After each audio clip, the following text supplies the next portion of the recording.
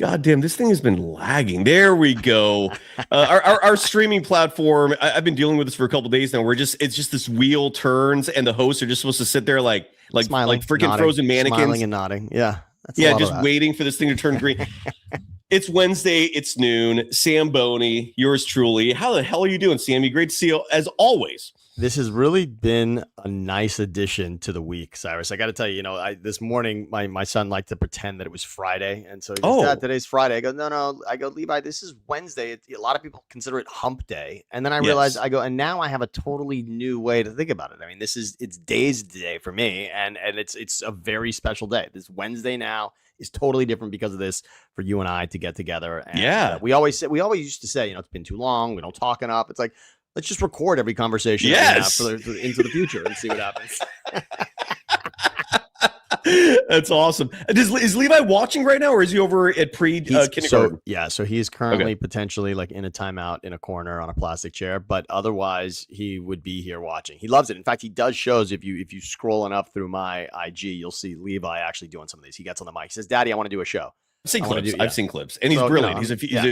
I don't know if you're gonna hold him back from getting into this industry, which might be wise. I don't know, but you're the dad, not me. Exactly. I always felt like if I had kids, the last thing I'd push them to do is what I do. Like I'd be like, do the opposite. Just there's a lot of that, but then again, there's one part of it though. There's one part of it that I'm proud of here, and I will say, if you've got a little bit of a dream towards doing something, and even if dipping your toe is only recording it and putting on YouTube, whatever, do it. Just do it. Don't you dare go through life thinking I might have done something like this. Yeah. Don't ever get it out there. Social media changes it, right? We all sort of have our own show now, no matter what, because you just turn that camera around and all of a sudden you feel like you're doing a show. So that's different. But if you've got an inkling that other people should hear all the nonsense that you're spewing, go ahead and try it. Throw it out there and see what the response is at least once. So for Levi, do that. Record it, put it out there. I've done some of your nonsense words now, but as you get older, if you still want this, do it and at least try it, because maybe someone will tell you, hey, you might want to do something else, or someone will tell you, hey, you're kind of interesting, dude. my reason for hesitancy isn't so much the social media part, although that plays a huge role in this. It's the fact that the business model has collapsed. There is no business. It's hard to make money doing this now. There used to be a structure in place where you'd intern, you get hired, you get a paycheck. No. Very few people are doing that now. So my advice to Levi would be, pursue your passions, right? Do what you love. But if you want to get a wife, if you want to have a family, make sure you have a plan B lined up. Just have something lined up to make money. That would be my invest in advice. Insurance. Yeah, exactly. Yeah, insurance. Just take insurance money and do whatever you can with it. Get creative, Insurance money. We're going to talk about insurance money. That's going to be a huge talking point. The Golden State Warriors, who on my side of the channel we talk a lot about. They signed a guy, Sammy, I love. I love this signing. We're going to talk about Georges Niang. I hope I pronounced that correctly. He's got an S at the end of his name, first name George. So I don't know if it's Georges or if it's just George with an S at the end, but Georges Niang is a Golden State Warrior. We're going to talk about that. Draymond Green on that front also made some comments on his podcast where the grift is next level, man. He's trying to pretend that Klay Thompson would have left regardless of injury. Strongly agree to disagree on that. Southern California, Sammy, has drama left and right, dude. What are we talking about on your end? Dude, are you kidding me? First of all, just NFL, like you said, is back. No. But look at the ownership in the NFL with Jed York's mugshot. It's a great one, by the way, right? I mean, Jed. Of all the things I thought this week was going to start with, if you told me, hey, Sammy, just give me the most random NFL headline you could. We're 2 weeks from the season starting. Just make something. I could not, in a room full of circus writers, could not have come up with this, Cyrus. If you put bingo of NFL terms together and had me pick a sentence, I never would have come up with this one. Never would have happened. Even if you spotted me, it's one of the NFL owners, Jed wouldn't have made it for me. It wouldn't have. It would not have hit me.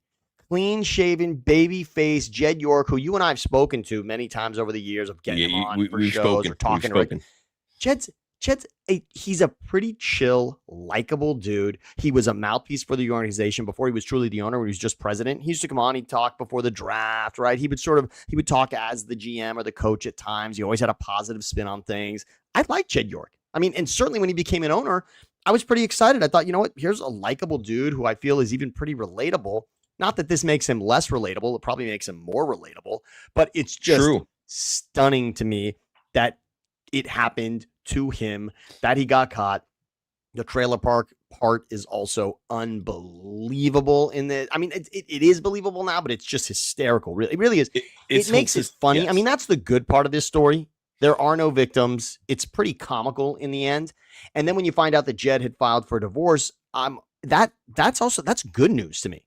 That the fact that, right? I mean, like we're not like tearing a family apart now with this. So there's a lot of this story that's interesting, but the Dodgers side of things is interesting over here when it comes to ownership as well. Mark Walter and the investigation into what's happening with his money and the sale of the Lakers, which now will that mean a sale of the Dodgers? Everybody here in SoCal is now wondering what's going to happen. So much so that Stan Kasten had to answer real questions about whether or not the team's going to be sold.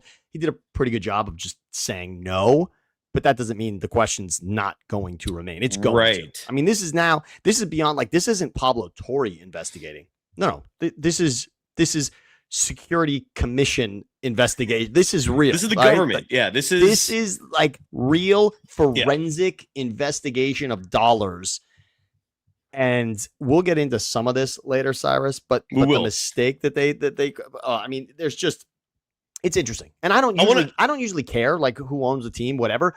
The Dodgers though makes it so much interesting because of specifically the amount of money they're spending money, and every other team in baseball is saying, whoa, how did you do it? Where did you get that? Why are you able to do it and we can't?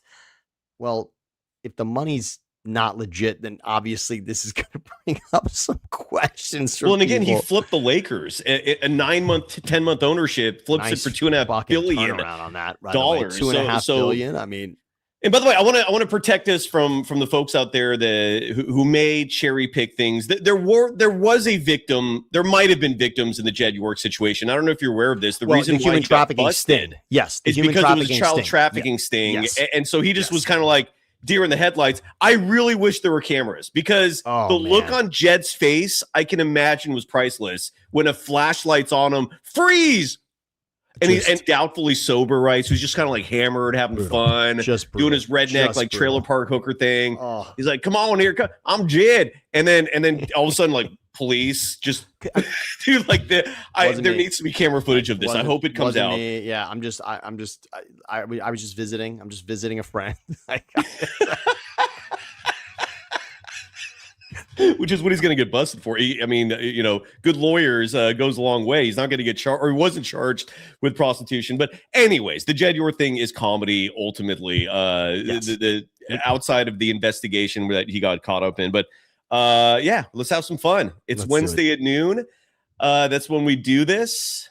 Is it time for the open? I think it is. Sorry, by the way, Chardal, our closer, asked yesterday if he could come on with us at the end today. Let's do it. I'll leave that up to you. No, you will be the gatekeeper. Tell him to get warm. Tell him to get at least grab a ball. Like at least report to the bullpen for sure.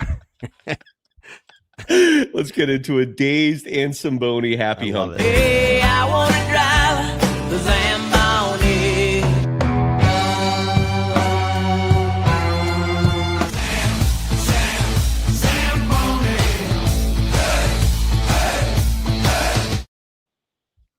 Yeah. Hey, I love I wish I could extend that. Maybe I'll figure out a way to do this. Yeah, the chat, the music, it's great. I mean, you've done a nice job of that, Si. I'm a huge fan of it. I am a huge fan of that. You kidding me? I want to cheer and go crazy. People can follow you, Sam, on socials. It's at Sammy Betesh on Twitter, at Sam Betesh on Instagram, Threads. I'm a little more tricky at Surf Journalist on the Twitter scene, at Dog Wild on Threads and Instagram, where you can find me far more often. In the program on both platforms at Golden Days Pod. The Samboni Show, you're on YouTube, obviously, at Samboni Show. Does Samboni Show have a separate presence, or do you encompass the whole thing? So right now it's all me. At Samboni Show on YouTube is where you can find us. So that's the YouTube page, at Samboni Show. And then, like you said, Samboni doesn't live anywhere else as far as socials goes, because you got at Sammy Betesh, at Sam Betesh. That's it. But yes, I am. My good friends now call me Samboni. That's it. I'm Samboni. It's a Levi introduced me to somebody at his school as Samboni. So I said, okay, that's official. That's as official as I can get. So it's beautiful. No, it's fantastic. Yeah, I love that. And again, the Samboni Show is where you can subscribe. Golden Dazers, please do so. Just it takes 2 seconds to subscribe to Samboni. At a bare minimum, just get him over the hump so we can start monetizing that thing if he's not already. We're almost there. Come on, you're almost there. Yeah, you're getting close. FanDuel is one of the two organizations funding this operation, powering this program. And Sam, I'm at the FanDuel Sportsbook right now. One thing that I love they're doing. So you've heard about over-unders in terms of win totals. And this extends to all sports, right? You could bet on how many wins a team will get over the entirety of a season. What FanDuel is doing here, besides wins for OUs, is seeding. You can also bet on the over-under of what place a team is going to finish, which is riveting shit if you're a gambler like me. And in the East, we've covered the West, right? So San Antonio and Oklahoma City, they're duking it out for who to bet on, who the favorite is to get the top seed. The Warriors right now, the over-under on their seeding is 8.5. So either you bet on them being an 8 seed or higher or a 9 seed and below, and the odds are far worse betting the below, which means that's what the bookies want you to do. Oh, I'm sorry, no, they want you to bet on the higher, but more people are betting on the lower. Where do you think your Philadelphia 76ers are predicted to land in the Eastern Conference? Because this is a little surprising to me. I wouldn't be surprised if they're at 1.5 for a seed. 1.5. Who is so I want to, for the record, they're not 1.5. I'm surprised. I'm surprised too. Who do you think is number one? I don't know right now. I'm looking it up because every team East, they're not 1.5. I mean, it's not like it's not like Clay puts Miami at a 1.5. I guess New York could be. I guess the Knicks would have to be. New York is over under 3.5. So you're betting on them to either be the 3 seed or higher or 4 seed or below. I can't imagine. To me, 1.5 would be, they're going to be 1 or 2, right?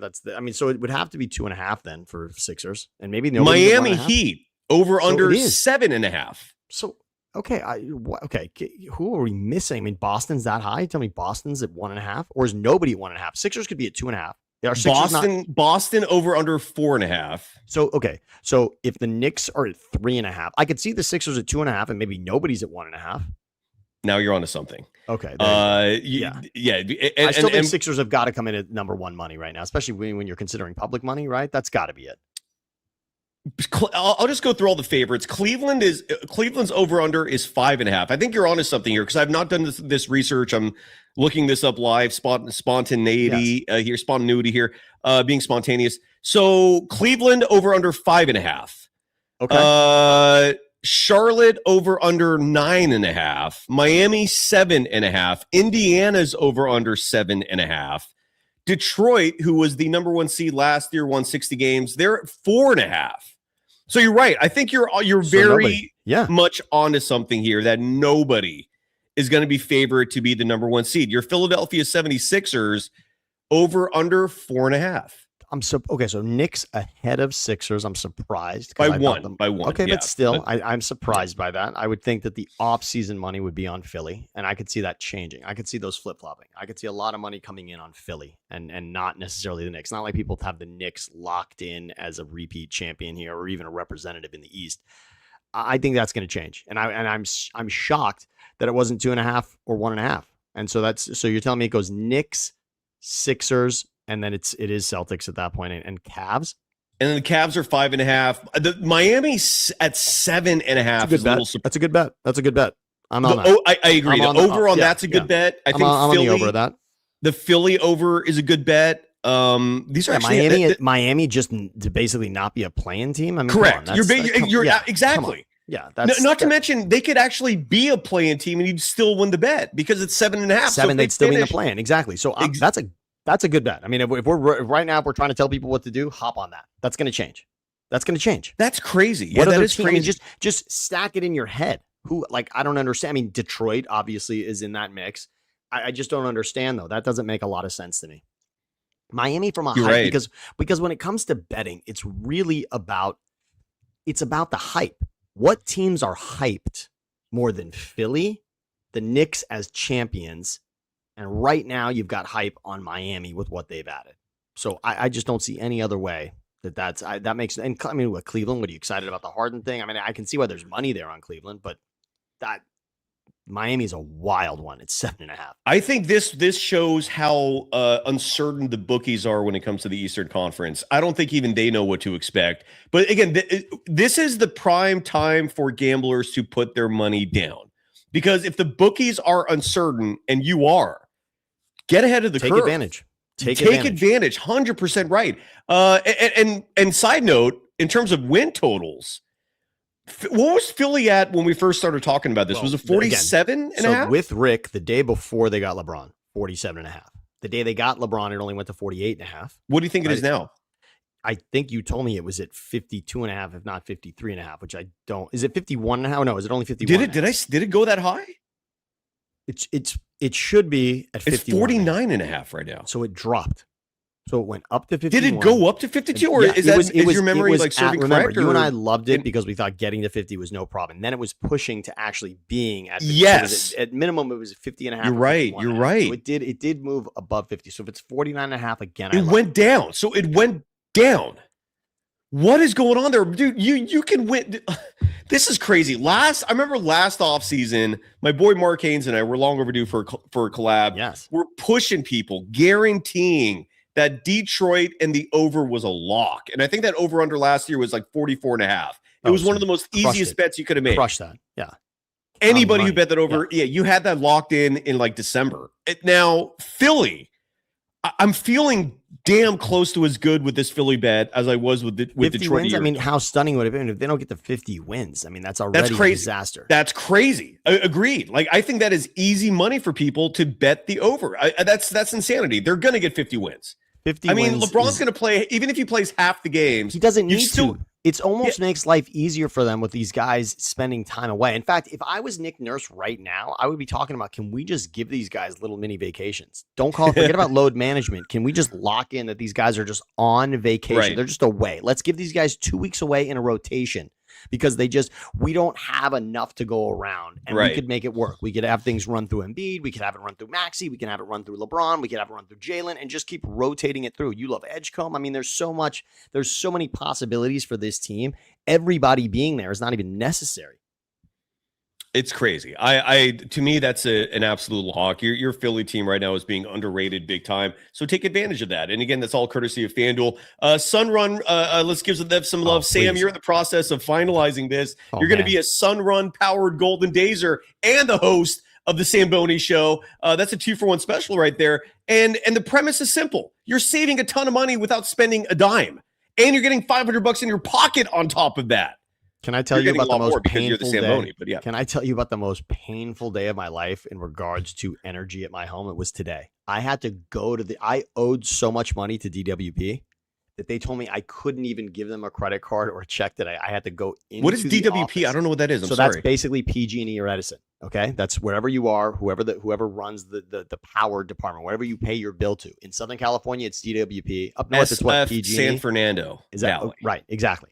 So okay, is it PG&E that we used to pay up north, right? That I used to pay up north? Or was it Edison, right?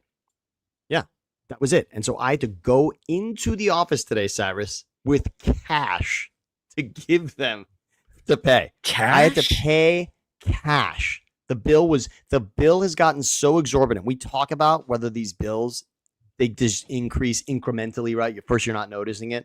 My bill was so out of whack that I owed them thousands that I had to walk in there with. I counted out $100 bills for energy today. All right. Solar panels. If you can get this done, that's crazy. Trust me, you need to do this.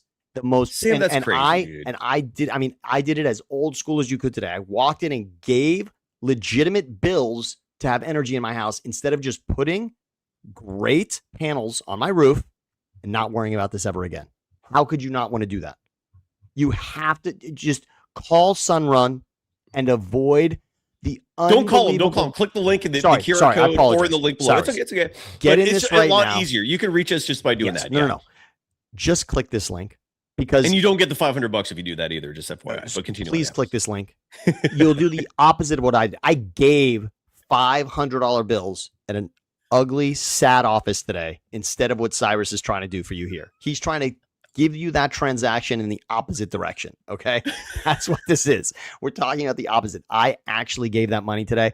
I was crying coming out of there. Legitimately a tear rolled down my face. I mean, how painful is that? When's the last time you paid a bill in person? That's what I had to do for the end, because that's how outrageous the bill is here in Southern California. So Southern California, and more specifically, the Samboni show is based in.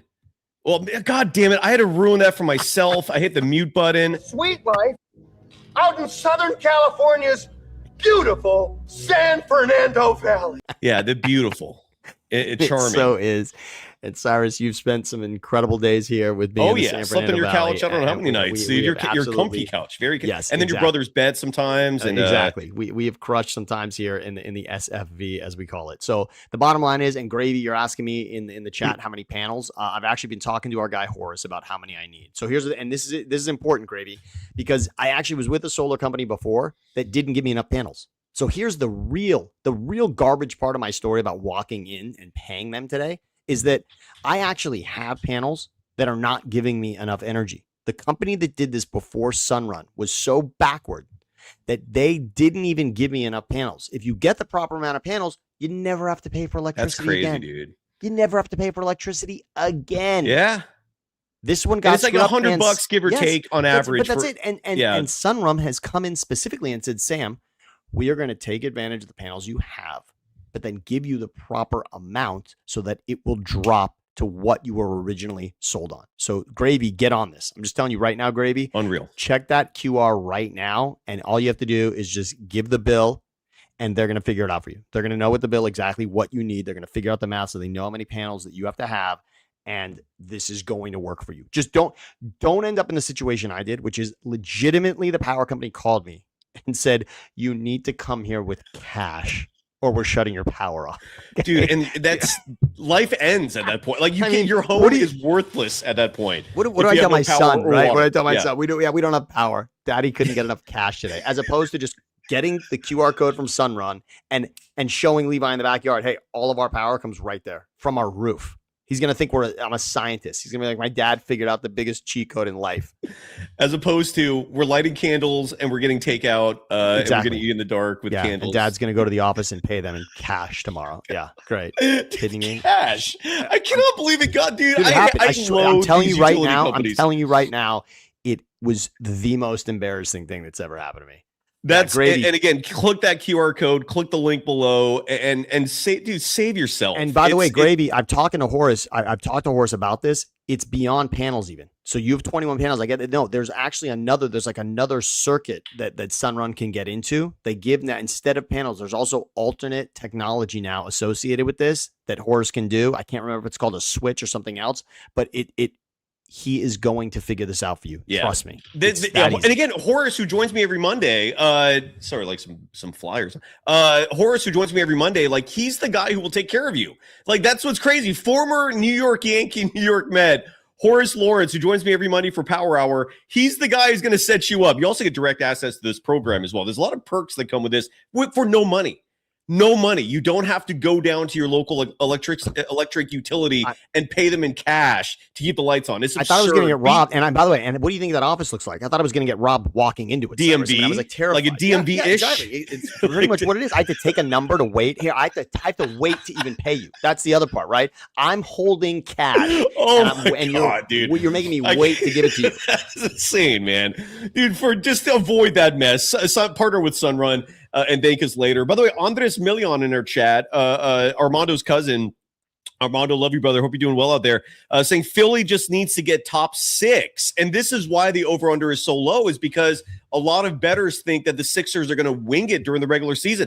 And Andres, I get the logic of that. My pushback for why I still think the over is a borderline lock. I'm not ready to say lock yet, but I feel damn good about it, is because Jaylen Brown is still in his 20s, and he lets Boston practically on his back to 56 wins last year. You've got Tyrese Maxey, who's young. You got VJ Edgecombe, who's only in his second damn year. Yeah. And he's Dylan Harper level good. I still think that is an easy ass bet. If anything, the load management of Nick Nurse being applied to players like LeBron James, maybe even Jaylen Brown, definitely a Joel Embiid, it's going to open doors to these younger players. Anthony Simons, VJ Edgecombe, Tyrese Maxey, like these guys are going to blow up. I'm very much looking forward to Philly, and I think they're going to kick some ass. Now, the Warriors, real quick here, because we haven't even touched on Georges Niang. And again, I need to figure out if the S is silent in the name George. It's a weird one, Sam. It is. An S at the end? Is it Georges? Have you missed him, Cyrus? You said how excited you were about adding Niang, and so am I. But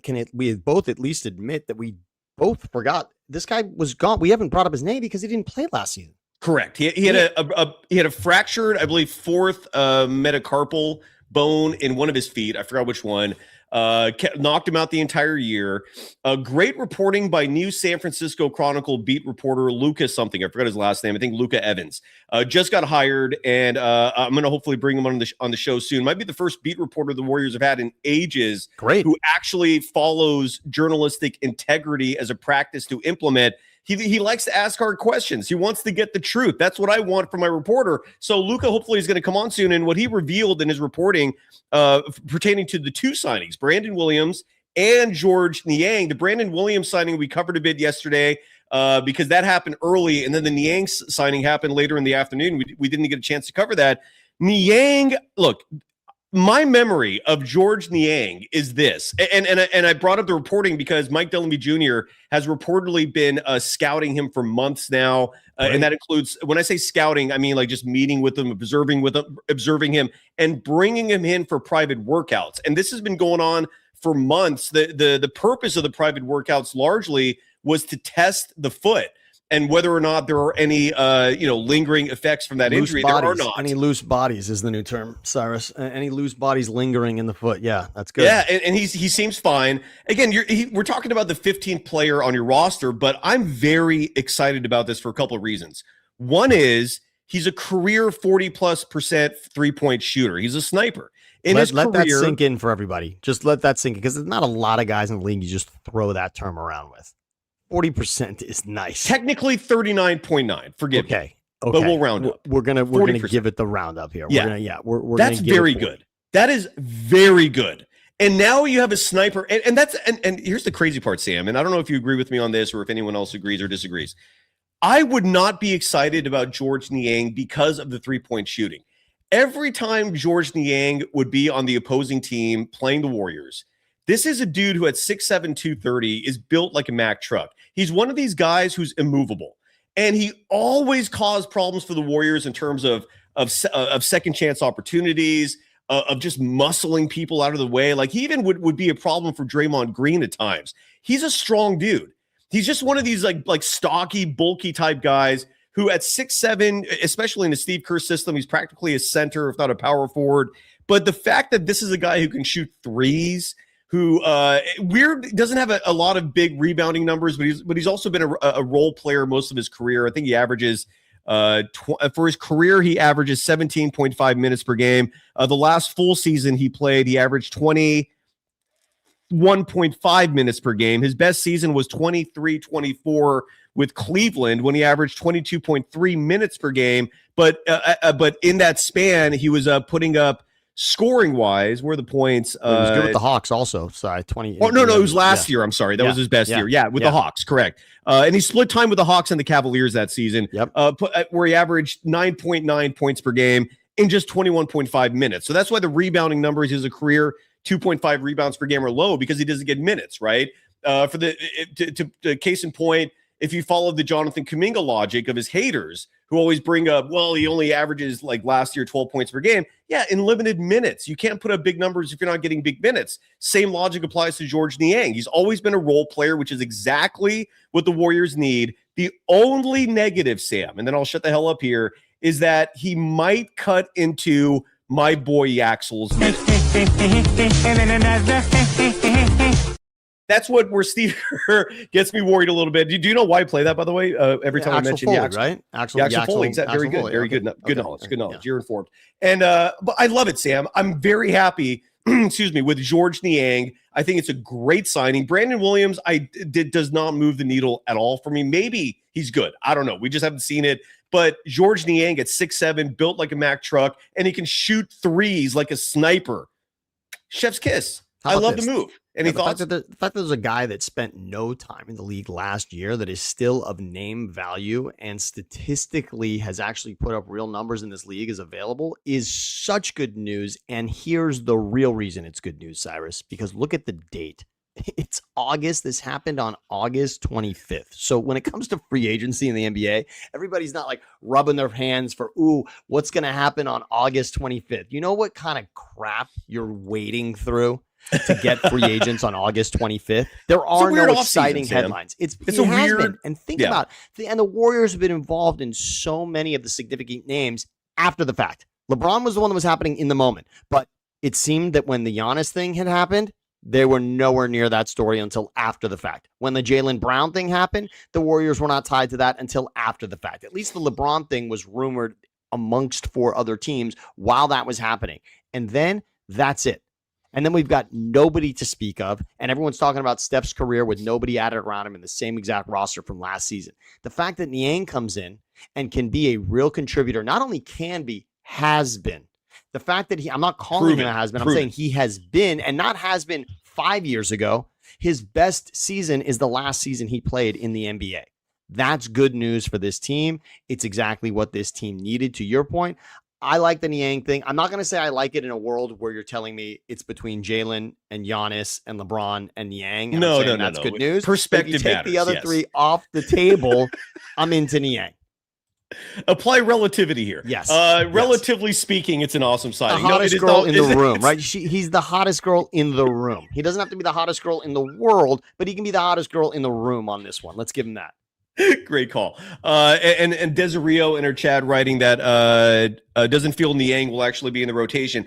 I don't think he's going to be in the rotation either, but like guys like Al Horford, who are 40 this year, Niang in comparison is 33. Niang is essentially going to be Al Horford's backup. He also might be Kristaps Porzingis' backup, aka Tingus Pingus. And it's good news that the team now has reinforcements there in terms of spacing and 3-point shooting. Niang is someone who doesn't make a lot of mistakes. As considering what the Warriors need this upcoming season to help Stephen Curry, I'm a huge fan of this move. Georges Niang, especially when I remember all the times he beat the Warriors and was just a nuisance. Like, now we have him. Love it. And Kerr loves his veterans. And again, I just hope this does not impact Yaxel Lendeborg's minutes, but the Niang signing is huge to me, I think. I like it a lot. And I just put it up there as a comment. His nickname, according to Wikipedia, but I have heard this as well, Minivan and G-Wagon are his nicknames. So those are great. Add those for Georges Niang? Niang. Even better. Even better. Minivan. First of all, anyone who doesn't like it, if you want to poke holes in a minivan, drive one for a week and tell them you don't like it, and it's not the most comfortable, convenient car you've ever had in your life. It's the optics. It's the moped theory. I get it. It's fun to ride it, but you don't want to be seen on it. The Kia Carnival almost looks like an SUV, kind of like a Woody on steroids. You can get around it. The Kia Carnival will take you out of that, where it doesn't look like a Chrysler Pacifica. All right, but the minivan is going to be good news for you, whether you got a kid or not. I used to put inflatable swans in the minivan and just take them over to the party. Cyrus, that's when I would get one when my car was in the shop, I'd always ask for a minivan. I loved it. So minivan / G-Wagon for Niang. Great nicknames, great addition. That's hilarious. I'm a huge advocate for the Georges Niang signing. I love it. One last piece of Warriors news, and then we got to shift gears to talk about your LA teams, because there is craziness going on there, and we have some awesome perspectives and insights and information to present on that front. But I want to play this clip, and I saw this clip this morning. There's also a Bob Myers clip that's going around. He was recently a guest on that show, The Cousins. It's a podcast hosted by Vince Carter and Tracy McGrady. Great. And Bob Myers was asked if he could go back in time, like how difficult it would have been for Bob to still be the GM today in terms of roster decisions, moving on from guys like Klay Thompson. We'll save that for tomorrow. Okay, I like that. Scott Agnes, beat writer for the Indiana Fever, is going to join us. He's the guy who got his credential revoked, and I have some fascinating questions for him. But I'm gonna preface that show by talking about Bob a little bit, and then we'll bring Scott on the show. But for this moment, I want to play this clip of Draymond Green.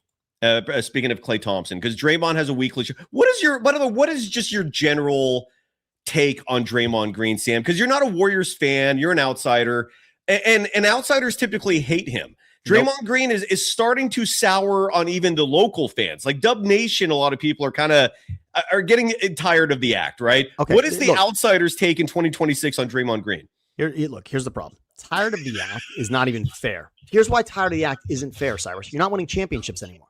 So anything beyond 2022 that Draymond does is now taken. Now the grain of salt is gone, right? Like now you don't have the spoonful of sugar is not going down with who Draymond is, right? Draymond winning championships, of course, is worth all that you could have, right? No matter what he says, it's at the price of winning at the ultimate level. Now that you don't have that, there's another perspective. For me, in what we do, Cyrus, first of all, I am a Warriors content consumer. That's why. Here's exactly why. Because my first job in sports was covering the Warriors with you in San Francisco and covering those teams then, as I'd like to throw out, Bobby Sura, Adonal Foyle, Donyell Marshall, Antoine Jamison, those teams coached by Dave Cowens, right? Like that is the introduction to Warriors basketball. You were around for the Mike Montgomery experience. That was 1,000% from Stanford. Absolutely, I was. That was a low. That was a low. Of course.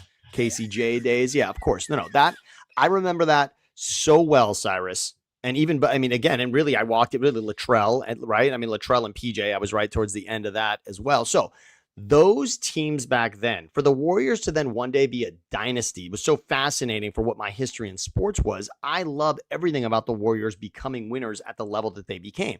Draymond, a huge part of that. And considering what you and I do now in sports, which is basically host podcasts and share our opinion, the fact that Draymond's side hustle, just like you and I, is hosting a podcast. I kind of love that and I respect it. Not to mention, it's also teamed up with a guy I respect a hell of a lot and used to work with, and Colin Cowherd, a guy that I consider a friend. And a lot of my dear friends work closely on the show, with the show, close to it. So I'm actually one of the people out there. Draymond, please keep giving it to me. To get honest opinions from guys in the midst of their playing career, I am all for that. Not to mention, Draymond is tied to such interesting people, right? To have the relationship he does with LeBron, to have the love and hate relationship with Kevin Durant the way that he does, and to be tied to the superstar Hall of Famers that I watched and enjoyed winning championships with these Warriors. I love what Draymond brings to the table. I even love his ties to Tom Izzo. Everything about Draymond is fascinating to me. And when he speaks, I think this is an opportunity to get inside the brain of a guy. This would be the equivalent of having Rodman host a podcast during his run with the Bulls. Would that have been interesting? Yeah, that would have been fucking interesting. I would have listened to that. I would watch everything that he had going on with that. Does Colin still have, is Draymond's show still a part of Colin's network? Because Colin still had his own podcast network, but I think Volume Sports. Let's go. It's because Volume is under Colin. And Draymond now is, right? Yeah. Or he still is. He was one of the very first hosts under Colin's network. He was. But anyway, so Draymond until Green, October 25. Yeah, so until last year. All right. Gotcha. So now he's independent. But again, I love in other words, the genesis of that was that. Right now he's with Odyssey, but originally him creating that was with Colin and that whole team. All my guys that worked at Volume that are really dear friends of mine, they helped build Draymond into this. So congratulations. And so much so that he was able to leave to another one to leverage it into something else. Of all of us that are on here doing podcasts, Draymond's clearly making money at it. And every former athlete doesn't just make money on this. You got to be compelling to people. And by the way, having a following or being somebody in the world doesn't even guarantee you any of that. So correct. Congratulations. 100% right. You need people to subscribe and like and consume. And Draymond's getting that. So I respect that. Because by the way, Cyrus, how many first of all, how many former NBA players can't show up for an assignment in the media? There's plenty of those guys. Trust me, we've worked with a lot of them. It's tough. All right. And how many current NBA players are going to show up every week at a certain time to do something? It's difficult. It takes more than just showing up, and you need more than just the guy. You need people behind the scenes to do this as well. Congrats to Draymond for doing that. I'm all for him finding the time to do this and enjoying it, and also getting great people to be on the show with him. And every time Draymond talks, I'm interested in it. Whether I agree or not doesn't even matter. It's interesting. He says interesting shit. The fact that he split from Cowherd's podcast network last year makes me wonder if the Baron Davis split was also involved in that, because Baron Davis for a little while was Draymond's co-host, and then just one day, poof, just gone, and we never got an explanation for that. Makes me wonder if it was a network thing. Anyway, so Draymond Green, and side note, he far more popular with his peers than perception indicates. Like you mentioned that him and Durant have this love-hate. There is no hate, actually. It's just like him and KD are very close. It was just that one game in 2017, 18, or whatever, 19, in LA when the Warriors played the Clippers, and Draymond just kind of, freaked out late in the game. But that happened because they all knew Kevin Durant was already out. He was upset he was leaving. He was already out. Was upset that he was leaving. Yes. Yeah, and Draymond is very authentic, sometimes to a fault. And in that case, just had enough. But those two are actually very tight. And anyway, so Draymond, he's at that stage of his career, however, just like any athlete at the end, it typically is not pretty. Rodman was doing the podcast, like the premise you presented, but it was in 2003 when he was still on the Lakers or wherever, whatever. Who I don't even know. After Rodman the Bulls, he went to the Spurs, I think. No, Rodman had an interesting run there at the end. So it would be like if Rodman was doing the podcast at that point in his career. Yes. People might kind of start getting a little tired of the act. Finished with Mavs, but Lakers and Mavs side. Lakers and Mavs, yeah. And anyway, so and it didn't work out. Well, anyway, so Draymond brought up Klay Thompson, his former teammate, and the part of this that to me is a wild take is that he thinks Klay Thompson would have left the Warriors had he not gotten injured in the 2019 NBA Finals. He thinks Klay would have eventually moved on to have his own team, to be the number one option on his own team. And I find that to be utterly ridiculous. I don't think there's a chance in hell Klay Thompson had that level of ego where he thought, that was not his mentality. I don't know why Dre's saying this. I think it's partly to defend his organization, given Klay spurned them and doesn't want to come back. Here is Draymond Green, though, talking about Klay Thompson wanting to leave and form his own team had he not gotten injured in the 2019 NBA Finals. The funny part about saying Klay Thompson couldn't be a number one option is this. Reggie Miller was a number one option, was a very, very, very extremely successful basketball player. He was a number one option. So you mean to tell me if Klay Thompson left the Golden State Warriors, he couldn't be a number one option, but Reggie Miller could? It's blasphemous. What I will also say is highly likely that after the 2019 playoffs, Klay Thompson was going to lead the Golden State Warriors and go be a number one option somewhere. Highly likely. Then he got hurt, and so he stayed. Now, I found it interesting when I saw they said Klay going to Miami, and I was like, oh, that Heat culture thing. I don't know how that's going to work for Klay because Klay moves to the beat of his own drum. It's no maliciousness to it. It's just who Klay is, and I want to see how that fits into Heat culture stuff. And so I'm looking forward to seeing how that happened. But right on cue, late to the introductory press conference, that is Klay Thompson. But one thing I do want to say is, let's stop acting like 2017 Klay is going to Miami. I wish sports media would speak to it more like when Ray Allen went to Miami. Okay, a lot to unpack there. Starting with the fact that I didn't know Klay Thompson was late to his introductory press conference. That's funny. By the way, is there a current NBA player? What, you think there's a current NBA player that has showed up and what is waiting on other people? Do you think that, could you picture a world in which Klay Thompson shows up and is like, guys, we're going to give everyone a few more minutes to file in here, right? Clay's the first one on the Zoom. Like, let's not start the meeting yet, guys. I still hear some more dings. This was in person. I know that. Of course it was. I'm joking about everyone's been on a Zoom where you're like, let's wait. And ding, ding, ding. Hello, hey guys. Hi, how are you? How was your weekend? Everyone's just waiting around. And Clay's like, we'll get started in a few minutes here, everybody. Are you kidding me? He's supposed to be late. But you're right. Press conference, especially like the Warriors, when they have press. I've sat there and waited for like 3 hours one time. He's supposed to be late. He's the only guy that's supposed to be late. That's I just thought that was funny that Klay did that.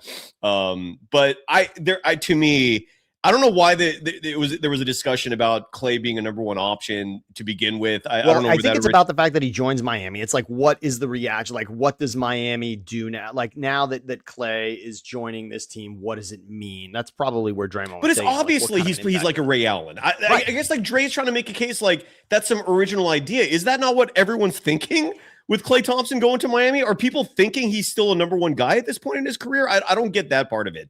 Of course he's Ray Allen. And of course that's the role he's taking. And think about it on that team, right? Whereas Klay on that particular team. Yes, Giannis, Bam, Wiggins, I don't know who else. Davion Mitchell. That's about the extent. Okay, fine. They You got don't need Topic, that's already more than anyone needs. Just give me Giannis and bam, and let's end it, right? Like he's clearly not the guy on that team, okay? And nobody expected that. But the fact, by the way, dial it back. Where do you see at what point in Clay's career? So there's two questions here, Cyrus. Would Clay, at a point in his career, been the guy somewhere? So in other words, could he have been? Forget about whether Clay would have wanted it, which I think is what you're arguing most, right? Like personality, and I'm saying he just no. doesn't feel like that guy. And I agree with you on that. Yeah. But is there a point in his career where he could have been that guy? Not should have, but could have. On a bad team, yes. Okay. On a team that is competing for titles, no. Okay, but I do want to just bring up two things. There's still a term, Game 6 Clay. Yeah. That's 2016. So that's the 2016 postseason. He single-handedly saved. Remember, that team, I, for some reason, tweeted at the time, I still love the Warriors down 1-3 in that series. I did. The irony is they lose a 3-1 lead in the finals. But that year in the Western Conference, in the Western Conference final against OKC, they're trailing 3-1. They win Game 5 and Game 6 in OKC is the one where Clay goes off and obviously pushes the Warriors to a game. He's had a few Game 6s, by the way. There's that right. Identity reinforced. Yeah. So Game 6 Clay for that. And remember, January 2015, Cyrus, is the greatest quarter in the history of the NBA, right? The greatest quarter for anyone scoring in the history of the NBA belongs to Klay Thompson. So postseason Sleepy Floyd, regular season Klay Thompson. Yes. Both Warriors. This is not Klay Thompson riding coattails. Those are two that stand on him alone. So there is the notion you could talk yourself into Klay doing. Now, of course, he's doing it on a team with Hall of Famers, but that's Klay, and Klay does a fairly individual thing, right? I mean, Klay, yes, is part of a team, but what he's doing out of his hand, I mean, he scores, and it feels very much like Klay's skill is lending itself most of that. So I'm going to say that like right then, right? Like 2016, 17, I could see that. I'm not like 18, 19, 20, no, but like right in that moment with those fresh on my mind, I could see it. In terms of perception, 100%. In reality, Klay, in terms of his personal wants and desires, not whether or not he could carry a team.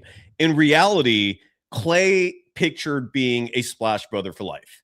Klay did not ever have any desire of doing anything in the NBA besides playing alongside Stephen Curry in that backcourt and raining threes. The ultimate, the goal, the plan was in terms of the long-term picture for the dynasty, like no one envisioned him suffering two horrific injuries, torn ACL in the NBA Finals, torn Achilles in a workout in Southern California nearly a year later as he's working himself back into shape. And had those injuries not occurred, Klay would have been a 1B to Steph's 1A for the 2020s. So he would have been in essence like not the number one guy, but a number two guy on a perennial title contender. And that's still badass, man. And that is what the plan was. And then the two injuries happen. He eventually comes back. He briefly regains his form. Perfect timing for another title run. Had another Game 6 moment during that title run in the postseason against Memphis. He had a Game 6 performance that was borderline masterful.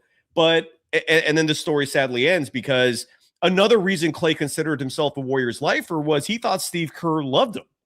And then he learns in 2024, that Kerr was planning on benching him and moving and having Brandon. It wasn't the benching part that I think ultimately was egregious in all this, because he had to accept that at a certain point in his career, he was not going to always be a top option, always a starter. But what peeved him, and I think justifiably so, and a few people in the chat are bringing this up as well, is that Brandon Podziemski was the guy that Steve Kerr was going to replace him with. Speaking of outside perspective, Sam, what is your outside perspective on Brandon Podziemski and Steve Kerr's like insane love affair for him? This is a guy that gets minutes, a shitload of minutes. Here's the easiest thing I can say. As an outsider, I have no opinion of Podziemski. There you go. I mean, just in regards to relevance, safe, but I hear you. Right? Yeah. Like in regards to just relevance in the world, it just doesn't even, that is barely on the radar. I'm sorry, it's not. And it would be very easy for talk shows that only have to go surface level on these things to have a love affair with Klay and no opinion of Podziemski. And even those who get the numbers and go deep into it, there's not going to be a ton of people that can help Kerr make that point. You're going to have this lifetime of success on Klay to lean on, and you're going to have such a small sample size for Podziemski. It's just not fair. Now, I can see, look, if you want to sell me on passing in the torch and needing to find what's next, obviously the Lakers did that, right? Luka coming here with LeBron is clearly we need to find what is going to be the next step for this team. LeBron brought us a championship. It's not going to be into the future. Now we have Luka and we have AD as this piece that we can use, et cetera. We see what happens there. Those things are smart, and organizations need to move on from guys earlier rather than later, Cyrus. And this is tough for you and I. I'm a nostalgic dude, and you've actually helped me become less so with this team.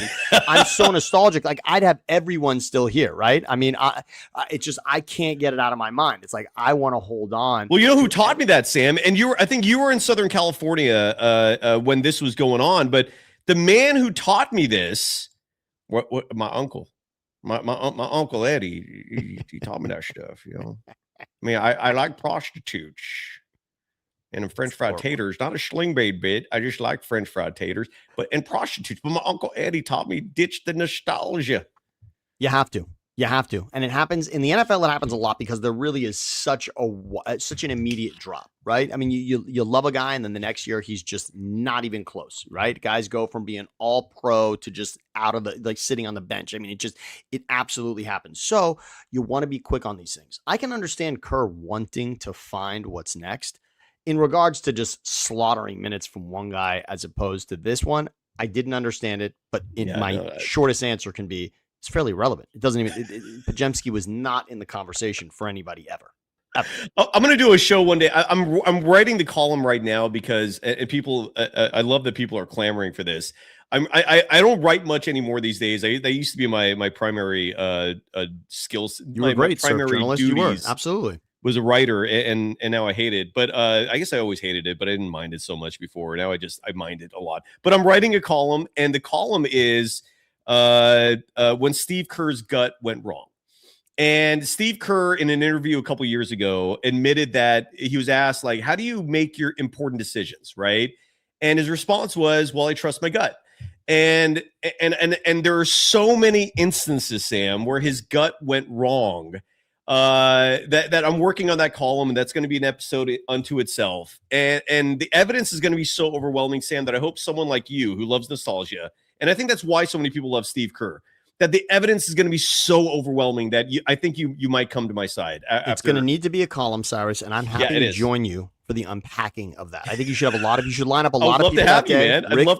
Rick should be a part of that. I think Kruger should be a part of that. I don't like to get Rick involved because Rick is in a delicate position where I get it. He's got the jersey hanging in the rafter. I'm criticizing the head coach with 4 rings. Look, let I absolve Rick from stand. that. Let Rick stand on the moment that you and I pulled out from him when he says Joe Lacob's going to figure this thing out, and don't worry about Monte Ellis. Let that be Rick's last moment of taking a side. It turned out great, right? Like, that's a good walk off for Rick. Will talk about it. I'll bring it up with him, but I don't. What I mean is this: that day when you're unpacking it, though, you should bring on all the people that over the years have disagreed with you, which is not a difficult list to find. There's plenty of people, and you're just gonna produce the numbers, and you're gonna say, look, that's it. What do you say to this? Yeah. And here, I want you to bring up one other guy, because when you think about this, and when you say gut, I want you to bring up someone else, and this person is largely irrelevant in circles now, but I want you to bring it up because I sat in a room with Colin Cowherd on this day when I heard this from an NFL head coach, and I thought, Colin's going to take this apart. He is. He's not going to believe this. Dirk Cutter was the former head coach. His last real big head coaching job in the NFL was with the Tampa Bay Bucks. Okay. Dirk Cutter, spelled Koetter. Okay. But Dirk Cutter, before that, made a name for himself at Arizona State. And he was a significant, he was at Arizona State. Then he was with the Jags, the Falcons, but he becomes the head coach of the Tampa Bay Bucks in 2016. He lasted for 2 years there, went to the Atlanta Falcons, but as the OC, he was never a head coach again. But Dirk Cutter, one of his most famous quotes, Cy, and think about this, think about these years, 2016, 17, 18, 19. Analytics were becoming obviously a bigger deal, and even in the NFL. And Dirk Cutter was pretty much asked at this point, what are you doing? What are you looking at in practice and whatnot? And when there's a lot of numbers that say that maybe you'd want to go this direction as opposed to this direction, coach. And Cutter said, I trust my eyes. And I knew when I heard that, I go, wow, I can't wait till Colin gets a hold of this. And we did on the show. We played that. What was your reaction from Colin? Colin was like, oh my God, let's definitely play that on the show. Like, if you want to talk about a guy who's not using what's around him, that just shows someone who is not trending in the right direction, right? I mean, like, to hold on, it's okay to trust your eyes. I mean, we all know the famous scene in Moneyball, right, where Billy Bean's in there, Brad Pitt's in there with the scouts, and it's like all the old dudes that are talking about, I just like the way he looks, and he looks like a good ball player, and then Jonah's bringing in the real numbers. Well, that's what Dirk Cutter's saying, essentially. I know what I'm looking at, right? I don't need numbers, right? I don't need analytics. I don't need science. I trust my eyes. So anytime somebody says that, and I'm on the other side of you with Steve Kerr on most of these, but I'm not a big trust my gut guys. Same. When there's so much information there. Same. And not to mention you have other people to rely on. And Dirk Cutter, if that analogy, I think, would be even more apropos if Dirk Cutter was saying that while playing O lineman who weighed 275 pounds. I want to find I'm going to go back and try to find what it was. It mattered in Tampa at the time. It was like between two things, and he was, I trust my eyes. This was pre-Tom Brady, I'm guessing, right? Correct. Yeah, Very. Yeah. Oh, Dirk. Yeah. No. This is. And by the way, dynasties that lasted. We had a conversation about that once. The Spurs basically had a 2-generation dynasty. Oh yeah. The Niners had a 2-generation dynasty. The Patriots. We always forget to mention them. Six championships over 20 years. And then Tom Brady kind of made that whole thing crazy because he won a 7th on his own. But that's another one that kind of stood the test of time. We could have a discussion about that someday. But dude, LA. Let's talk about your teams in Los Angeles, because please. And I don't know how much time you have left here. Let's do it. We can go another 25 minutes here. 25. Okay. I hope that's enough time. Yes. What are people down there saying about, because the Mark Walter thing, I was listening to a podcast recently that did a fantastic breakdown on insurance companies, because and this is an important topic or important subject specifically to bring up, because Mark Walter, who just flipped the Lakers after owning them for 9-10 months for $2.5 billion in profit, but the money that he got to buy the Lakers in the first place from Jeannie Buss, to buy the Dodgers 15 plus years ago approximately, came apparently from his holdings, which are insurance companies. Like, he has this parent company within them, or a bunch of smaller insurance companies, and the way he's funding these operations is he's taking the money that the average person puts in: home insurance, car insurance, life insurance. And this money is sitting there waiting for emergencies so that it can help people out who need it. Thus the whole, the meaning of the word insurance. Well, waiting for people to die, really. I mean, look, someone dies and then you got to pay out. That's or a home burns down, and then you got to rebuild it. Yeah, other insurance, right? Yeah, there's life insurance and then there's home insurance, right? Exactly. So, but the use of the money, apparently, and again, this is where I think he's under investigation for, was possibly to buy Dodger players, to spend this exorbitant amount of money to essentially be a 2-time reigning World Series champion, to buy the Lakers. And apparently the government is now investigating, going, where's this money? And that's supposed to be sitting there for the people who need it when that time comes. And that's why apparently he flipped the Lakers as fast as he did, so he can show the government the money's right here. What are you talking about? You need cash? I got cash. I got $12 billion. Here you go. Yeah. Cash. We got plenty of cash. So that's apparently what's going on, and it brings up a lot of interesting debates about, is it ethical to use insurance money that should be sitting there in some sort of fund, I imagine, appreciating it? Now, look, ownership of teams, that's an appreciation. That might actually be a damn good investment. Well, you could certainly leverage. If I can leverage take it away, my house in Van Nuys for a loan on a car, then certainly you could leverage the Los Angeles Lakers or the Los Angeles Dodgers for something, right? I mean, that's going to be future earnings in some way, no matter what. Much like LeBron, because LeBron's name was brought up today, but LeBron had gotten a $300 million loan years ago from Mark Walter's company. And at the time, and they were looking into it now, is that odd? But again, LeBron could leverage all of his future, even just endorsement dollars, on $300 million. That's easy. That's easy for him to show. So it is not that hard to show. But let's go into this. There was a great story that was done recently, and I was looking into this, and it was about Mark Walter and everything that really went into this, and it was from the Washington Post. And I tried to parse from this the pieces that are going to be really easy to digest. All right. And I just want you to hear this, because there is a part of this that is totally feasible and happens all the time. Loaned policyholders money. You loan that money from policyholders to other companies and you plan to collect the interest, that is a legitimate form of investing in regards to insurance dollars, okay? So that part, just understand, that's legal. That happens all the time. You take the money, you get it to other companies, and you plan on collecting the interest. But authorities investigated a 2025 whistleblower. Remember that term, everybody, okay? So somebody essentially calls the hotline, the complaint line, and says, I want you to look at this because it doesn't look right to me, okay? They found that many more of those other companies than the ones that were disclosed were actually tied to Walter, and that presented a conflict of interest, okay?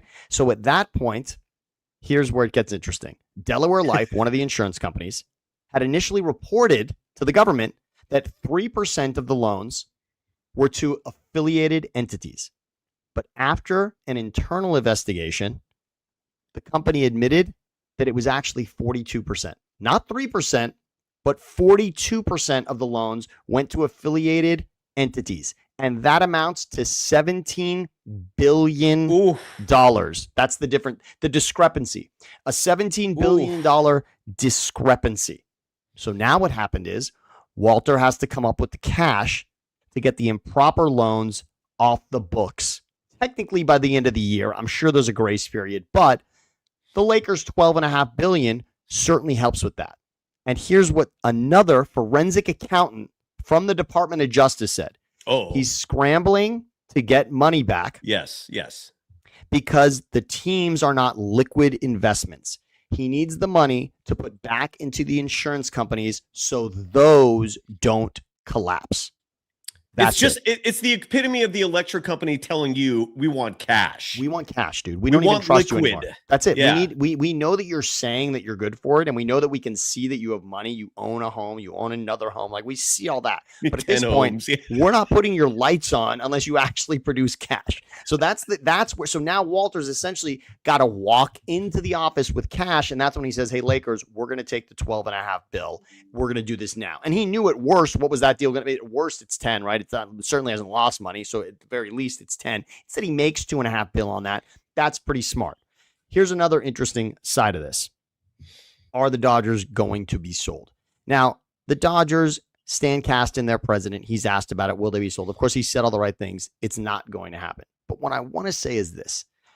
The interesting part of this for Major League Baseball is I'm fine with this. I've told you, I like that there's a villain or a hero, and everyone knows the Dodgers are on top, and that's the team you're going for, and anyone who can beat them, good luck. But we can all root for or root against this very one particular thing.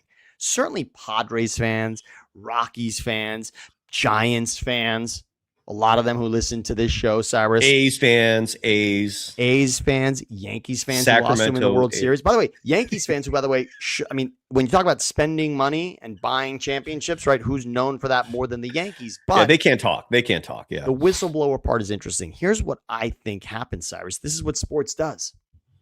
Sports fans who are bitter are jealous, of course. And it's not just jealous that you're winning. It's the way that you're winning. It's one thing you go out and get Shohei Ohtani for $700 million, but you defer all the payments. So you've obviously been smarter than anyone else to say, all right, how do we spend this money but not actually spend it? We figured that out. He's got a Gary Sheffield type contract, right? Like correct. A whole bunch of money for the rest of your life. And then while you've got Ohtani, this particular offseason, you go out and get Kyle Tucker, Edwin Diaz, and then at the trade deadline, Tarek Skubal. So you've now taken, everyone already thought that you were a mass murderer hiding bodies. And now you've gone out and killed 3 more in broad daylight, right? That's the way that my friend Skylar pointed arrogance that one out. there, dude. Yes, right? It's arrogant. But he's that's the equivalent of what they're doing. They're under investigation for murder, and now they're just stabbing people in broad daylight. Your theory, which is rooted in pettiness, if it's true, is that the whistleblower. Now, typically, whistleblowers are employees. So correct, or a former. You're right. Someone who has insider enough information to actually impact the investigation. So your theory, and I love it. Who knows if it's true, but it might be. Is that a petty former or current employee of Mark Walter was like, really, man, you want to buy World Series rings? I hate the Dodgers, and you screwed me over. Now I hate you, right? And I'm going to bring your whole house of cards down. Right, your payroll is so out of whack. You're spending $300 million more than another team per season.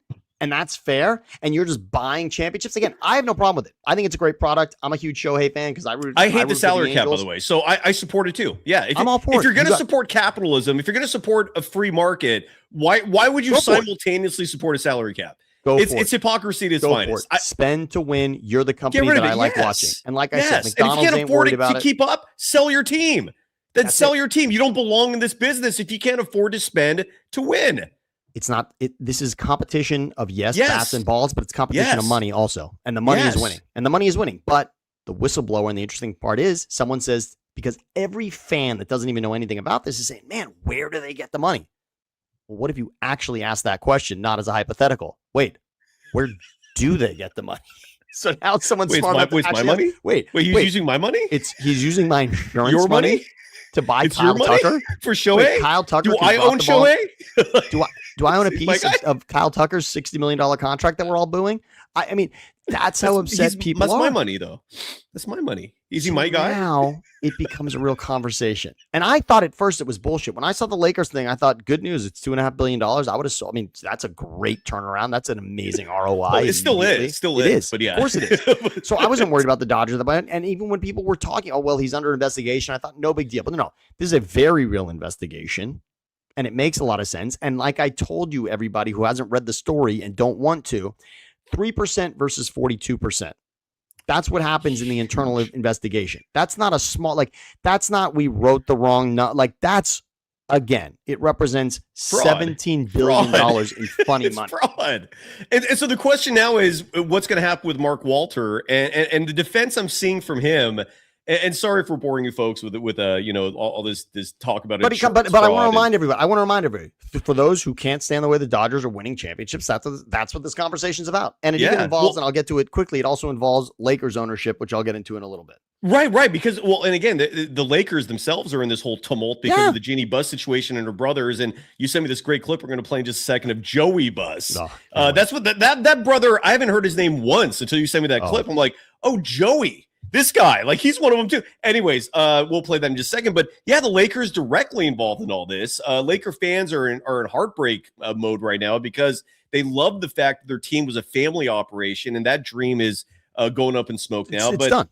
But the Mark Walter piece of it, again, it's interesting if you find this level of potential fraud and manipulation to be fascinating. I do. I think this is absolutely riveting content. And again, just those who wonder, if you're on the right side, exactly. And if you love it or if you hate it, if you love that the Dodgers are back-to-back World Series champions, or if you hate it, this is interesting because this is how they did it. And I often say it's a little bit of, if you're not cheating, you're not trying, right? Because the margins are so important, Cyrus. Oh, yeah. Why in NASCAR did they have, a restrictor plate? It's to keep everybody within the margins. You can't do things beyond a certain way. You can't tweak your car differently than someone else can because that gives you an advantage. And that's what this is here. You're finding the margin.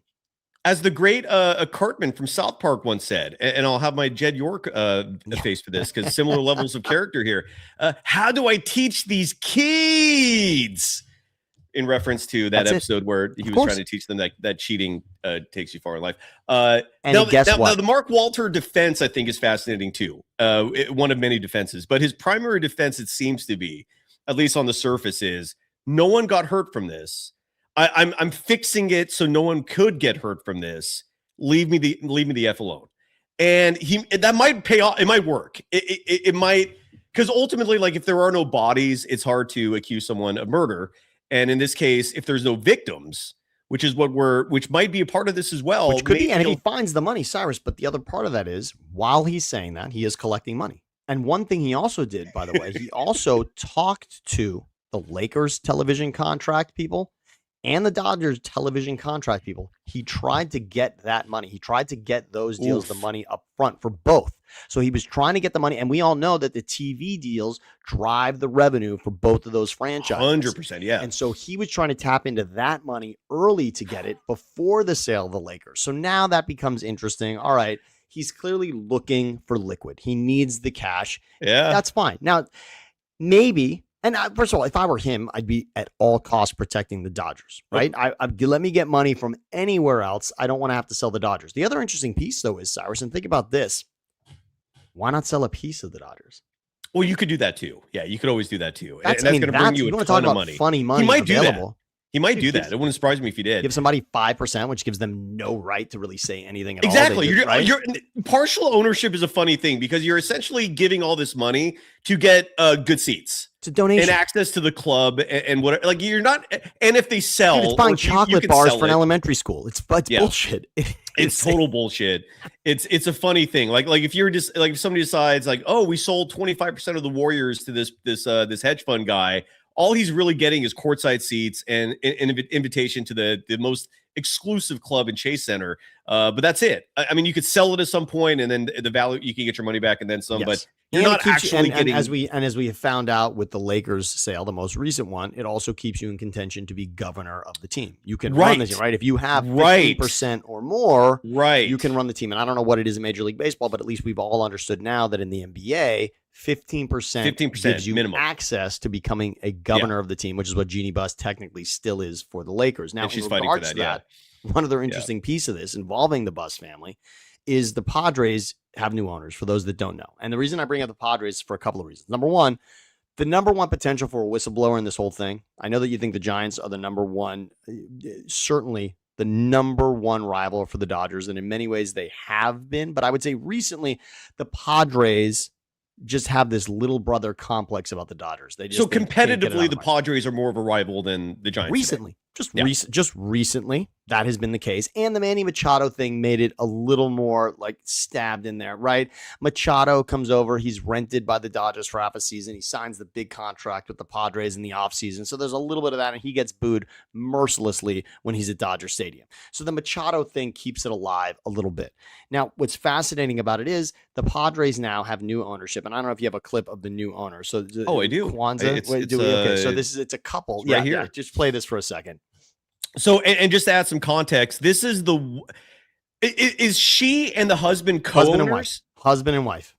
But on paper, is she technically a co-owner or is she the wife of the owner? Co-owner. Co-owner. Okay, so the Padres, and this ties into the Warriors as well because Joe Lacob wanted to buy the Padres. Yes. He lost out to this gentleman and his wife, who if you're watching this on YouTube, you can see her still frame right there. We're going to play this video in a second. And he is a hedge fund type guy from Puerto Rico. Same name as this famous Puerto Rican singer, but no relation apparently, or supposedly. But so it's this hedge fund manager and his wife. This is the wife. She is an actual owner of a professional sports franchise. And let's listen to her. We're going to win. We're going to win. We're going to win and win it all. We hope it's sooner rather than later. We were saving up for a long time. We had a lot of dry powder, and we're like, you know what? This is the place. When we are all in, and you all heard the song as we walked in, we are all in. It's not lip service. I did ask. I was like, well, say it. Come on. You're going to come to the studio and put some vocals down. And he said, I don't think that's a good idea.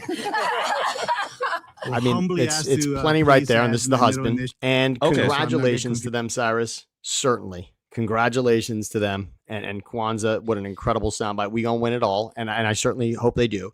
I want to remind everyone the Padres are one of 5 franchises in Major League Baseball to never have won the World Series. So we gonna win it all is quite a lot. Okay, so they'll need to do that. So they've got that chip where they're in a division with the Dodgers. The Dodgers are beating them every season. Yes. A couple of seasons ago, I believe it was in 22, the Dodgers actually lost to the Padres in the divisional round. That was when then the Phillies, Bryce Harper, the big home run against the Padres in the NLCS to take them to the World Series. But again, the Padres did not win the World Series that year either when they beat the Dodgers in the playoffs. So there's a major thorn in the side for Padre fans. So these Padres now, they got the new owners there, which is hysterical enough. And guess what? They just sold 5% to the Buss family. So the Padres are now owned by Kwanzaa and her husband that we just showed you there, and Joey and Jesse Buss. And by the way, I just want to remind, Joey and Jesse Buss are the younger brothers. Okay, so the top 4, let me just lay out the 6 before we play this. So there's Jeannie and Janie. Now, Jeannie, everyone knows because she's still technically the governor of the Lakers. But real quick, what do you think's going to happen there? Just quick opinion. Like, is Jeannie going to keep it, or do the brothers have a stronger case? I'm going to say this much. I hope Jeannie keeps it. I want Jeannie to be governor of this team for the next 4 seasons. You sound like every Laker fan as well. They love Jeannie too, but the brothers all want out, right? No, they all want out. They all want out, and at this point, so does the sister. It's 5 of 6. So the bottom line is these are 2 from another mother. So the older 4, Johnny, Jeannie, Jim, Janie, they are the older siblings, and then the younger are Joey and Jesse. In 2010, in fact, in 2009, when the Lakers beat the Magic and they won that game in Orlando to close out the series, Dr. Buss was not there. Jeannie was not there.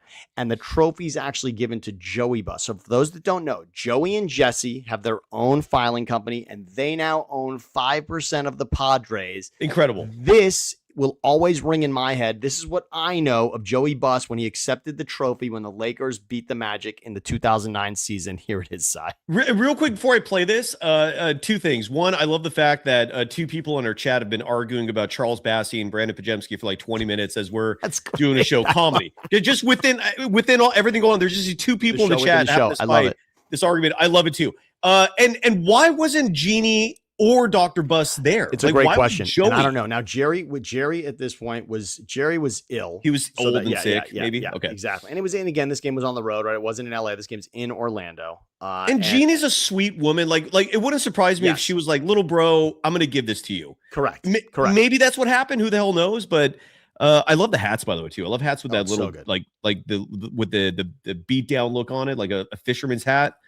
But and apparently I'm reading here that he wanted to be in a private hotel room. He didn't want to make it a public spectacle to be there, but I can't imagine. So Joey Buss stepped in and accepted. So this is Joey Buss. Kobe Bryant, rest in peace. His birthday was just the other day in this clip as well. This was following the 2009 NBA championship. The Lakers winning it. Joey Buss, who's now a partial owner of the San Diego Padres. Wow. Okay. Let's dude, man. Okay. Forget about corny, Cyrus.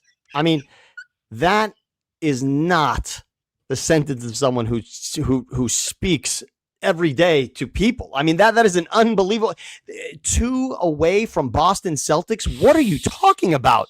And to the fans in Los Angeles, and we're going to take the trophy back to what? Cyrus, that is not okay. Cyrus, that sounds like the vernacular of someone who mostly speaks to help. That is not okay at all. And by the way, and again, like just have some sense of where you're in Orlando, by the way, right? So like no one's happy at this point. I mean, right? Just like get it to Phil Jackson or Kobe as quickly as possible. This is for you, the players, right? Like anything, my dad, like just whatever you can do at that point. And we're 2 away from Boston Celtics. I mean, it is painful to listen to. So that is Joey. He's not even the youngest. Jesse's younger than him. Joey and Jesse are the younger ones. And again, they're the stepchildren. So Jerry had 4 kids with Joanne, and then he had 2 more. The half children. Yes, yeah. They're the half kids. But half siblings. Frankly, guess what? The whole dynasty, all of Jerry Buss, like the whole thing falls to them in the end because it actually goes to those who live on, like all of the shares go to whoever. So, and there's a wide gap. There's 20 years between them and the older 4 siblings. So watch out. That's what it is. So Janie, Johnny, and Jim are on top, and then Joey and Jesse. So those 2 now, Joey and Jesse, are your new owners in San Diego. And it's just so interesting that think about that. So that is the vernacular of someone who doesn't say much besides another cocktail, clean, please, drink, hungry. That's the speech pattern there. That's what it reminds me of. Clean bed, toilet. I'm guessing Lakers. Cyrus, this isn't even like, okay, you tell me like OKC wins with one championship and like they're like who's going to talk and no, the Lakers and the Buss family represented by Joey. That is so Joey is essentially, if you watch Running Point, Joe is essentially that younger brother that they just learn about in the first season who was working in the arena, right? But he's like half Spanish and anyway, so that's him. That's Joey. That's Joey's character. What's interesting. So Cyrus, I have been so locked into Legacy, which is a show on Hulu. It is a documentary about the Lakers and about the Lakers winning championships. It takes it all the way through them winning it in 2020. It's the whole history. It's Kareem and Worthy. It's all of Jerry's ownership. And it's got and again, it's got interviews with everybody. You hear from Joey, Jesse, Janie, Jeannie, Jim, Johnny, Jerry's voice is in it. Jerry West is all over it. Phil Jackson's in it. Shaq, Derek Fisher, Brian Shaw, Rick Fox. Again, you hear from Kareem and Magic as if it's happening now. Bob McAdoo's in it. Paul Westhead's in it. Pat Riley. It is so good. Everybody. Yeah. And if you want to learn about the drama that's happening with the Lakers right now, that's what you got to do. That's the history lesson right there. And you will know where the rifts are and why it's so fucking weird. Petty. It's a shame how petty but it it is. makes sense for anyone who's got a little bit of a sibling rivalry or has had a riff with an uncle or a parent. You will understand. Watch that show if you want to know what money and opportunity does. And for those of you that love the show Succession, all of it's tied into this. It's so fascinating to see it. And Joey and Jesse now, think about it. Their sister basically fired them last year. When the Walter deal went through, Jeannie fired Janie, her sister, fired Joey and Jesse as well. What was Janie doing? Janie runs like special events and whatnot for them. She does. She's been a part of it too. She has. And when you're going to learn it all. I mean, Legacy, you really kind of to understand what they're all doing within it.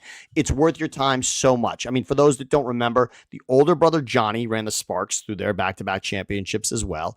Jim, we know, Jeannie fired Jim. Jim was running the front office. He was the GM. He was the assistant to Jerry West. When Jerry West left, then Jim assumes the general manager role. Along with, because Mitch Kupchak's there as well, and Jim and Kupchak are running things because it's Mitch who steps in for Jerry, but Jim then has more of a role. Jeannie fires Jim in 2017, but in justifiably, by the way, that was along with John Black, who a lot of us have a history. Well, the John Black things. I mean, our boy Raymond Ritter, that was his mentor essentially. Yes. So he has a million stories for us about John Black, legendary PR guy. But look, when you butcher that many number 2 picks in the draft consecutively, and your team just goes to complete shit, which it did. I mean, I don't think Laker fans were pushing back on that, right? But it did create a rift that led to this. And again, the show that I'm watching and that you all should, Legacy, for those that want to know more about the Lakers, love them or hate them, by the way. It's a great show. Love them or hate them. Trust me. If you love hoops and the NBA, this stuff is fast. That's the history. I mean, first of all, the Lakers are the history. Yeah. The Lakers are riddled through the history of the 80s, 90s, and 2000s. You can't deny that, right? So it's just, I mean, you're going to see your team represented in this in some way. And what's really interesting is, what the first guy that fucked it up, Cyrus, I know we're talking about Lonzo and Ingram, right? We're talking about those and D'Angelo and Randall, all of that, right? And Randall, right? But Andrew Bynum, it was Bynum that was the real fissure. Jim loved Andrew Bynum, and that created a huge rift, even with Phil Jackson, who wasn't convinced, and Jerry West, like that. I mean, look, Bynum was serviceable, and they won 2 championships with him as a center. But long term, his body was breaking down. You could not. And there was a little bit of proof of that beforehand. At least that's at least how it comes out in the show. The bottom line is it's done so well. But my point today is Joey and Jesse, think about it. All the siblings are so upset that Jeannie was the only one that stayed. So Jeannie stays, they're all gone. So it becomes they're all pissed about it. And so now they want to get out of it. They want to stick it to Jeannie that we're going to get out and sell so you can't even be governor. And then these 2 brothers who were also fired a year ago say, you know what? We're starting our own holdings company and now we're going to be in ownership. And so, you know what? Good for them to give it a shot. Those 2 younger brothers, I think, also own some teams in Europe. They're doing some shit there with sports. But it's family drama, and it's all first world problems. None of these people are suffering.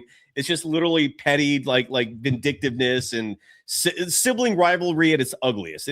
Siblings should love each other. They should not be at their throats like these siblings are. But I don't blame Jeannie. And look, Dr. Buss, I think he wanted to give this team to his sons. But his sons were so incompetent, and Jeannie was the smart one. It made the choice, easy for him to ultimately give her all the power. But yeah, it's ugly right now, man. And I feel pretty interesting. It is interesting. Really interesting. Right, I hope Jeannie sticks around. I can imagine that the only ownership that we'll have is Jesse and Joey, who we just played you the clip of. I couldn't imagine that Jesse and Joey will be the only ones in sports ownership. That would be wild. It would be. We got to run here every Wednesday at noon. It's Dazed and Samboni. Real fast in the chat. Jack Bauer wrote, "Why didn't the Warriors get in on Benedict Mathurin, who signed today with the New Orleans Pelicans?" We'll talk about that tomorrow. But yeah, I'm with you. It is what it is. The Warriors did not get him. New Orleans did. Do you have a thought on that? Yeah, go ahead. Sorry. No, not at all. I just think, again, I'm okay. I'll just go back to the Niang thing. I'm happy with the Niang thing. It makes perfect sense. And as long as, again, I mean, obviously with everything, it's how are you recovering from an injury? And we'll see that. But this is Good for Dunleavy needed one. Like, let's let this ride out. We can let's tie Dunleavy to this and see what happens now. I'm okay. And that seems like a safe bet. Yeah, and let's grab the good news when it comes because it's not. And by the way, another one. By the way, Mike Dunleavy is in that documentary also. Remember, Mike Dunleavy, who was the beginning of that dynasty with Shaq and Kobe, was right through Dunleavy's Trailblazers, and Dunleavy was also coach of the Lakers. Dunleavy was coach of the Lakers before that, so Dunleavy had a role. He was coach of the Lakers through that run, and then they beat him in that famous Game 7 through Scottie Pippen and Dunleavy. Crazy. And Jack Bauer also writing that Pajemski has the wingspan of Danny DeVito. I had to include that before we go because that is so freaking funny. Deserves a rim shot. Yes. There we go. And we're done. Sam, love you. We're back next week. Love it. Are we done? Are we out? Let's do it. That's it. Beautiful. I love See you, next everybody. week. Thanks, everybody.